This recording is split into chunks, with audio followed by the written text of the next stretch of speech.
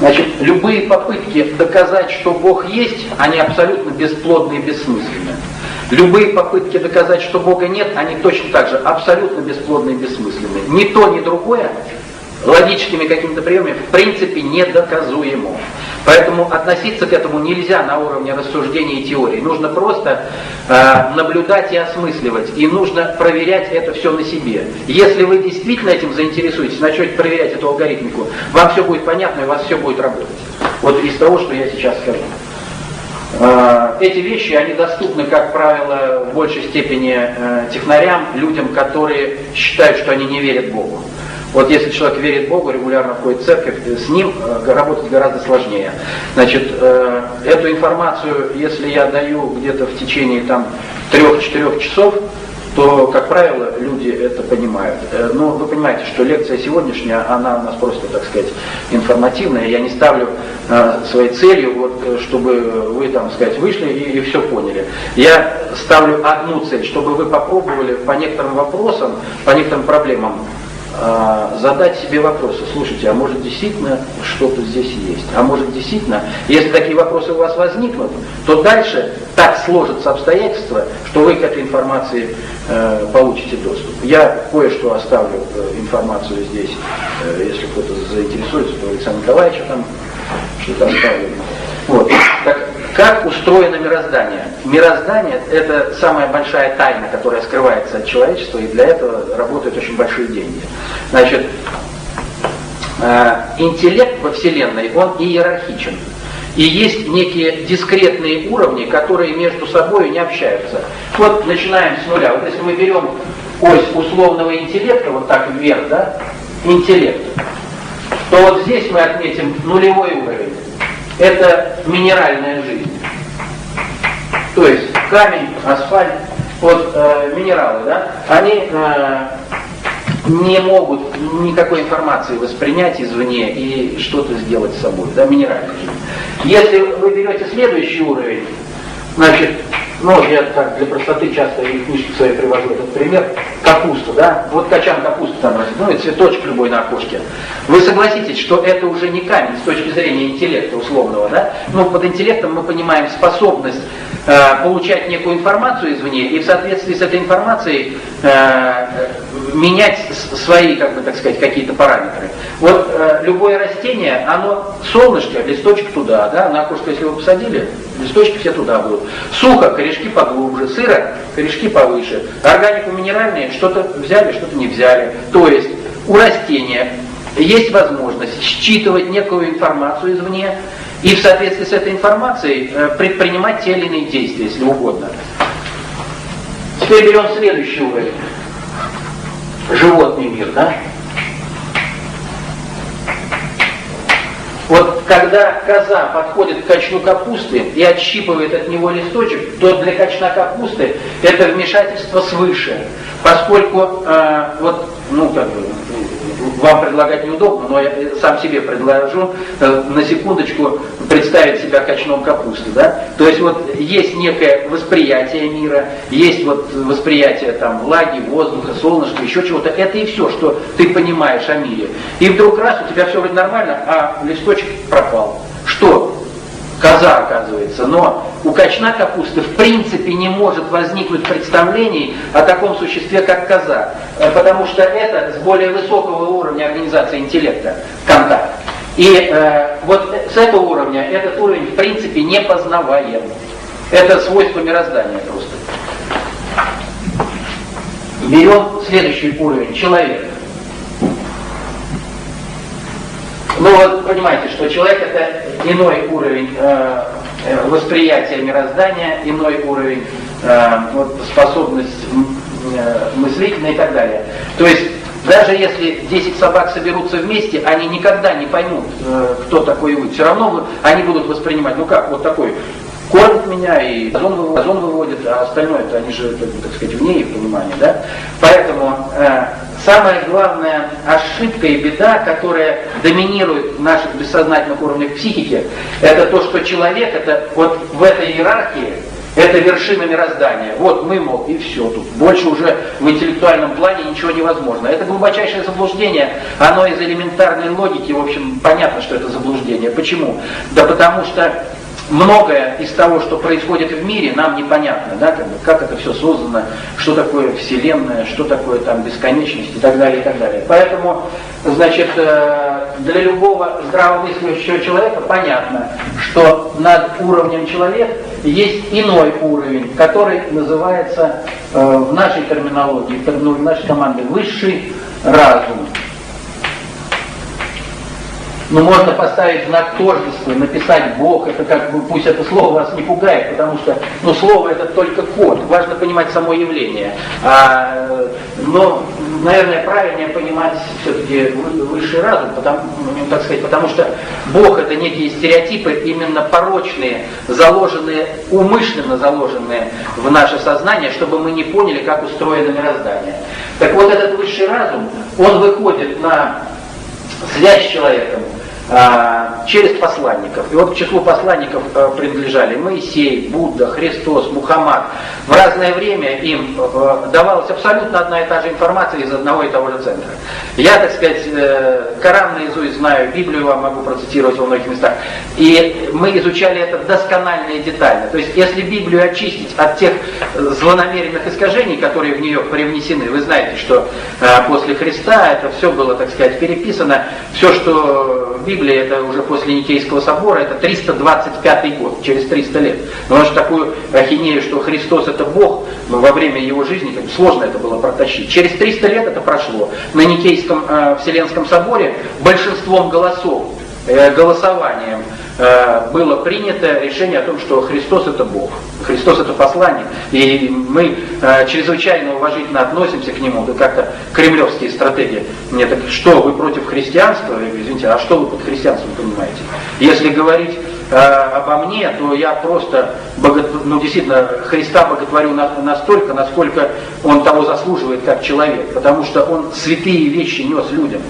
Но, извините, все, что понаписали после Христа, это какое же это христианство? Это как бы придумки для того, чтобы народ дурачить. Там ничего не осталось от того, что Христос говорит. Но единственное, что если вы возьмете в Библии «Премудрость Соломона», и возьмите книгу пророка Исаии. Вот тогда вам все станет понятно, почему все западные издания книгу пророка Соломона, пророчество Соломона выбрасывают. Да потому что там речь идет о принципиально разных богах. И там невозможно как бы совместить одно с другим. Как же так? Поэтому вот это и есть самая большая тайна. И человек только постольку может добиться счастья как бы во всех аспектах своей деятельности, если он осмыслит свое место в мироздании. Вот. Если он будет себя мыслить в центре, иметь такое я-центричное мировоззрение, вот я, вокруг меня все, то у него никогда не будет получаться. Если же он будет себя воспринимать как просто часть этого мироздания, которая организована совершенно иначе, с уровнями интеллектуальными над ним расположенными, то он может выстроить вот этот диалог с высшим разумом. Это, как бы, так сказать, отрабатывается небольшими навыками, такими несложными достаточно. Поэтому вот представления об этом, они чрезвычайно важны. Я сейчас кое-что просто поясню еще. Здесь же у доски, а потом дальше. Значит, что такое высший разум, Бог, там, так сказать, как угодно это назвать, да? Ну, давайте для просто упрощения, там слово Бог напишем, но еще раз говорю, не тот Бог, о котором вы слышали всю жизнь, да? Значит, вот с этого уровня организации интеллекта дается информация через пророков. Пророку принадлежат, я вам описал, и ныне живущий пророк это Саи Баба. Информация о нем, он живет в Путапарте в Индии, и информация о нем есть в интернете на сайте Бог.ру, так сайт называется, Бог.ру. Были такие у меня в жизни масса мистических явлений. После того, как я начал заниматься проблемой Бога, я с этой проблемой проехал именно по всему земному шару с проверкой этих проблем конкретно, чтобы понять, как мир устроен. И вот меня полгода уговаривали побывать в Индии. встретиться с Саи Бабой. Ну, как бы встретиться, как там каждое утро не менее 6 тысяч человек, в надежде хотя бы увидеть его там издалека прибывают. Вот. Мне сказали, что поскольку вы носитель такой глобальной системы представления о мироздании в русской цивилизации, как бы связаны с этой системой, не то, что я носитель, я просто к этим знаниям приобщен, что называется, не более того. У нас команда, которой просто я принадлежу, и именно поэтому владею этой информацией. Так вот, мне сказали, что вдруг произойдет какое-то чудо, и вам удастся там соприкоснуться с Саи Бабой. Мы приехали туда на 3 дня, значит, там приезжают, как правило, на месяц. Вот. И 2 дня он, в первый день он ко мне просто, там, представьте, 6 тысяч человек, это примерно 4 стадиона. И вот он проходит, подошел ко мне, просто спросил: вы откуда? Из Питера, и взял нас к себе, да, в первый день. На второй день опять подошел, 3 из Питера, и забрал нас, и увел к себе. Мы с ним имели 1,5-часовую беседу. Для толпы мы там святые. Потом нас спросили, а нельзя ли там к руке прикоснуться и прочее. Это настолько смешно, потому что мы все понимаем, как мир устроен, а для них это просто некая вера, некая мистика. Вот, значит, да, мы поняли, что Саи Баба действительно, он фиксирует сразу вот эти эгрегориальные связки, там, так сказать, понимает, с какой информацией мы связаны и что за этим кроется. Вот, был такой очень серьезный разговор. Так вот, я хотел что сказать от этой картинки. Вот человеку каждому дана возможность напрямую связываться с Богом. Пророки существуют для того, чтобы дополнительно подпитывать информацию человека. Но для того, чтобы человек не вышел на эту связь, ему подсовываются суррогаты. Что такое церкви? Любых, так сказать, вероисповеданий. Мусульманские, христианские, буддийские и так далее. Все церкви предназначены для сокрытия истинных представлений человека о мироздании и о высшем разуме. Человек изначально от рождения тянется вот к чему-то, он понимает, что что-то в мире где-то что-то есть. Как это? Он пытается это осмыслить. Ему: ты хочешь вот туда, так иди ко мне, бабки давай, и я тебе все организую. Церковь — это брокеры, которые на идее Бога делают деньги, ничего более. Чем ближе к церкви, тем дальше от Бога. Если человек хочет действительно понять что-то в мироздании, то он это должен искать вне церкви. Когда мне говорят мне говорят: вы верующий человек, так вы христианин или кто? Я говорю: не может быть, чтобы человек верил Богу непосредственно и при этом относил бы себя к какой-то церковной иерархии. Это просто антиподы. Это невозможно понимать, как мир устроен, верить Богу и идти в церковь. Потому что апофеоз безбожия — это церковь. И еще Лев Толстой, который эти вещи понимал, он все это, так сказать, достаточно красочно обрисовал. У меня здесь, кстати, газета есть, которая работа Льва Толстого по этому вопросу приводит. Так вот, что важно понимать в этих вопросах? Для того, чтобы человек не понял, что такое Бог, я просто ту же картинку вам возьму, предыдущую. Ему подсунуты вот эта ложная альтернатива. То есть истина в том, что есть некий высший разум, который находится над нами, и он един для абсолютно всех живущих на земле. И ложь состоит в том, что нет этого единого для всех живущих на земле Бога. Вот она истина для посвященных. Так есть ли высший разум или нет? А что для толпы? А толпу выводят вот на этот уровень и подсовывают один. Это материалистический атеизм. Нет, ни Бога нет, ни посланников. Человек это вот так вот. Поел, поспал, на этом все закончилось. Нет, извините, мир устроен совсем не так. И душа — это вовсе не какая-то мистика. Это совершенно реально, так сказать, наше тело — это вместилище временное для души. Так вот, материалистический атеизм утверждает, что нет ничего, ни Бога, ни посланника, вот только весь материальный мир. А есть вторая разновидность лжи, это идеалистический атеизм. Это подмена представлений о Боге истинном, о высшем разуме, неким суррогатом. Одним подсунуть Христа в виде Бога, вторым подсунуть Аллаха, третьим, так сказать, еще кого-то. Для чего? Да для того, чтобы сталкивать людей в войнах. Вы не найдете ни одного военного конфликта, который бы не был замешан вот на этом. У этих Аллах, у этих Христос. У этих там, так сказать, гугеноты, эти католики. Для чего все это внедряется с помощью церкви? Только для того, чтобы сталкивать лбами целые народы. Что сейчас происходит на земном шаре? На земном шаре сейчас глобальное готовится столкновение России с исламским миром. Все, что делается в отдельных частях, там, это маленькая разминка, маленькая прелюдия. Главное стравить христианство с мусульманством по-крупному. Что мы делаем? Мы показываем, что оказывается Коран, да это же наша книга. То есть если вы вчитаетесь в Коран, да там вообще нет ничего. Другое дело, что исторический ислам, или там все, что происходит в Чечне, это просто рядом не лежало с тем, что написано в Коране. Нельзя о Коране рассуждать, там, так сказать, по каким-то картинкам на телевидении или по каким-то слухам. Коран, для того, чтобы понять, его просто нужно взять и прочитать. Другое дело, что он подан в форме, блокированной для прямого восприятия, то есть Коран, как так сказать, подается, 114 суры, они так, вначале самая большая, потом покороче, но первая открывающая, самая маленькая, вторая коровая, самая длинная, третья там покороче, и все. А они давались Мухаммаду в иной совершенно последовательности. Такая последовательность у меня есть, если Коран читать в этой последовательности, тогда очень многое открывается. Через страницу в Коране Иисус как абсолютно, как бы, так сказать, святой человек.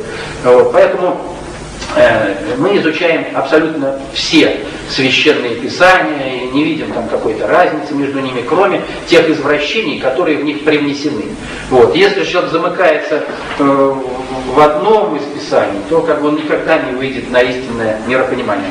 Так вот, если у вас будет представление вот в таком устройстве мироздания, то молитва – это не что иное, как вот обращение мысленное человека вот к этому высшему разуму. Только нужно понимать это явление. Обращаться к нему можно, там сказать, в лесу, у речки, там сказать, у себя в квартире, ну то есть где вы себя нормально ощущаете. И самое любопытное, что если вы начнете это понимать и, значит, делать это, то есть творить молитвы, то у вас молитвы-то начнут сбываться. То есть это невозможно доказать логически, но это так. Это проверено многократно всеми нашими людьми. Если вы обращаетесь с молитвой, но не с какими-то шкурными проблемами собственными, если вы видите некую несправедливость, если вы видите, что что-то не так происходит, и вы обращаетесь с молитвой, то это начинает сбываться. Что такое молитва? Это ни в коем случае не какие-то заученные, бездумные канонические тексты. Это просто обычными своими словами обращение вот к этому явлению, которое нам не дано понять. Это нечто, что нами непознаваемо, как качном капусты непознаваема коза. Но факты обращения туда, они все сбываются. Это я просто говорю из собственного опыта. И вот эта алгоритмика взаимодействия, она существует много способов ее нарушения. Но первое это вот это, когда человека в церковь загоняют, да, и там уже все. Куда выводит церковь? Церковь вас выводит на эгрегориальные уровни. Вот, но ни в коем случае не на Бога. Поэтому,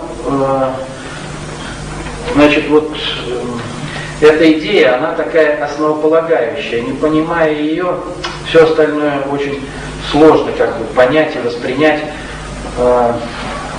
Значит, что-то мне бы еще такое, вот, чтобы вы действительно поняли, что за этим что-то стоит. Дело в том, что какие-то приводить личные примеры, это мало. Дело в том, что проявления высшего разума по отношению к каждому человеку, они абсолютно индивидуальны. То есть не бывает повторов. Бог это не фокусник, который выходит там, из толпы там, какие-то, значит, ну, так сказать, устраивает общие, там, так сказать, спектакли. Нет. Каждому человеку это дано ровно настолько, насколько он верит и понимает это, и обращается к этому. У меня вот только что, буквально 3 дня назад, спор был с проректором бывшим Института культуры, вот, примерно такого свойства, то есть человек уже немножко так понял, жизнь его заставила понять, у него много было таких ситуаций, когда он понял, как оттуда работают. Вот, он мне говорит, так, значит, нет, ну я понимаю, что вот это есть, потому что я сам в этом убеждался, но вы зря, мол, абсолютизируете возможности, он же не может дойти до каждого человека, там и прочее, это вы зря говорите. Стоп, вот это самое страшное. Значит, очень четко нужно различать веру в Бога и веру Богу. Это совершенно разные вещи. Вера в Бога — это тоже одна из разновидностей безбожия. Когда человек просто говорит, ну да, Бог есть, как бы, ну а что Бог? Ему там не до меня, у него там свое, у меня свое. Значит, все это начинает работать только тогда, когда человек выходит на уровень веры Богу. То есть Бога, вот этот высший разум, нужно воспринимать как некое такое явление, которое, значит, знает все о вас, знает о вас больше, чем вы можете себе представить, и хочет вам добра. Это вот самый добрый, самый заботливый ваш человек. Бог всегда разговаривает с людьми на языке жизненных обстоятельств. Все случайности, которые с вами происходят, это как бы беседа свыше. То есть, если человек споткнулся, если он упал, если он там на машине, что-то у него произошло, нужно сесть и задуматься, а как же так? Вы, если начнете вот эти вещи как бы увязывать со своей жизнью, то вы поймете вот эту всю логику, кто и как с вами разговаривает. Еще раз говорю, что свыше всегда разговаривают исключительно на языке жизненных обстоятельств. Как только произошла некая случайность, нужно четко сесть и подумать. И вы тут же, если вы будете честны хотя бы перед собой, поймете, с чем связана эта случайность. И вы таким образом будете избегать нежелательных для вас событий. Ну, два слова, может, о пророках все-таки. Вот почему в истории русской цивилизации никогда не было пророков. Вы должны понимать, что выход на уровень пророка, он очень непрост. И это мы как раз на примере Саи-Багру убедились. Путапарти, маленькая деревушка на юге Индии, аэродромы, боинги, десятки домов, проживание и питание в течение суток стоит $1. Вот на $1 все там, так сказать, и питание, и проживание, 4-разовое питание. Чудесно не бывает. Если денег нет, откуда все это? Оказывается, нам стало понятно, что он строит некую глобальную разработку. И пророками именуют тех, кто попал в эту разработку. Это четко понимал Пушкин. Вот чтобы вы понимали, что такое Пушкин, вы просто прочитайте «Гаврилиаду». Это очень маленькое произведение, за которое он был осужден. Он написал ее в 18 лет. Пушкин получал информацию вот свыше. Он же унаследовал по линии отца и матери и свято-русское жречество, и древнеегипетское жречество. И у него вот получилось такое стечение как бы на Винчестере такой информации, которая позволила ему выйти с этим. Ну, фабула ведь Гаврилиады к чему сводится? Он показывает, что Христос разыгран разными силами, и дьяволом, и Богом, и эгрегориальными уровнями. Фабула какая? Значит, Бог ему возлюбил Деву Марию, значит, посылает архангела Гавриила, чтобы тот как-то там подготовил, так сказать, почву.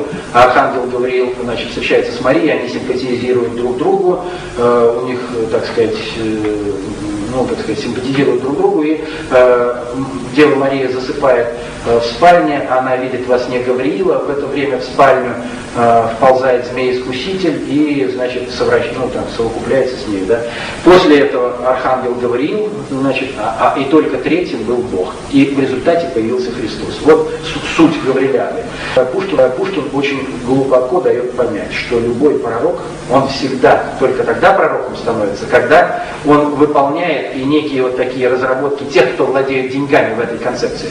Потому что деньгами владеют как бы те, кто вот это все выстроил 3000 лет назад. И, значит, там такие строки. «С рассказом Моисея не соглашу рассказа моего. Он вымыслом хотел пленить еврея. Он ваш лгал, и слушали его. Бог наградил в нем слог и ум покорный». Заметьте, не просто ум, а покорство он подчеркивает. Бог наградил в нем слог и ум покорный. Стал Моисей известный господин. Но я, поверь, историк непридворный, не нужен мне пророка важный чин. То есть он показывает, что для того, чтобы стать пророком, нужно четко отрабатывать те команды, которые вот, не нужен мне пророк. Но я, поверь, историк непридворный. То есть нужно быть при дворе, тогда ты станешь пророком. Поэтому наши пророки, там, Серафим Саровский, Сергий Радонежский, они по своим возможностям значительно превосходили все нам известное, но они не имели вот тот самый покорный ум.